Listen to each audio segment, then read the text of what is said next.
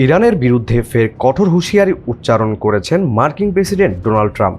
তিনি সাফ জানিয়ে দিয়েছেন, তেহরান যদি একটি নির্দিষ্ট চুক্তিতে পৌঁছাতে ব্যর্থ হয় তবে দেশটিতে বড় ধরনের হামলা শুরু করবে যুক্তরাষ্ট্র। বুধবার নিজের সোশ্যাল মিডিয়া প্ল্যাটফর্ম ট্রুথ সোশ্যালে দেওয়া এক পোস্টে তিনি এই হুমকি দেন। ট্রাম্প বলেন, ইরান যদি চুক্তিতে সম্মত না হয় তবে বোমাবর্ষণ শুরু হবে এবং দুঃখজনকভাবে এবারের হামলার মাত্রা ও তীব্রতা আগের চেয়ে অনেক বেশি হবে। তিনি আরও যোগ করেন, ইরান যদি আগের শর্তগুলো মেনে নেয় তবেই চলমান সামরিক উত্তেজনা বা এপিক ফিউরির অবসান ঘটবে এবং পারস্য উপসাগরের হরমুজ প্রণালী সবার জন্য উন্মুক্ত করে দেওয়া হবে। তবে দুই পক্ষ শেষ পর্যন্ত কোনো চুক্তিতে পৌঁছাতে পারবে কিনা তা নিয়ে খোদ ট্রাম্পই সংশয় প্রকাশ করেছেন। তিনি একে একটি বিরাট অনুমান হিসেবে অভিহিত করেছেন।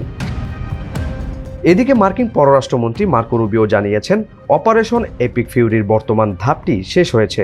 তিনি সাংবাদিকদের বলেন, প্রেসিডেন্ট কংগ্রেসের অভিহিত করেছেন যে এই ধাপের অভিযোগ শেষ, তবে পরবর্তী পদক্ষেপ নির্ভর করছে পরিস্থিতির ওপর। এদিকে বার্তা সংস্থা রয়টার্সকে মধ্যস্থকারী পাকিস্তানের একটি সূত্র নিশ্চিত করেছে যে যুক্তরাষ্ট্র ও ইরানের মধ্যে চলমান উপসাগরীয় যুদ্ধ শেষ করতে একটি সমঝোতা স্মারকের বিষয়ে দুই দেশ প্রায় চূড়ান্ত পর্যায়ে পৌঁছেছে। এর আগে মার্কিন সংবাদ মাধ্যম অ্যাক্সিওস এ সংক্রান্ত একটি প্রতিবেদন প্রকাশ করেছিল। সূত্রটি জানায়, মার্কিন সংবাদ মাধ্যম অ্যাক্সিওসতে প্রকাশিত প্রতিবেদনটি সঠিক, যেখানে বলা হয়েছিল যুক্তরাষ্ট্র ও ইরানের মধ্যে যুদ্ধ শেষ করার জন্য এক পৃষ্ঠায় একটি মেমোরেন্ডাম নিয়ে আলোচনা চলছে। সূত্রটি আরও জানায়, আমরা খুব শীঘ্রই বিষয়টি চূড়ান্ত করব। আমরা অনেকটাই কাছাকাছি পৌঁছে গেছি।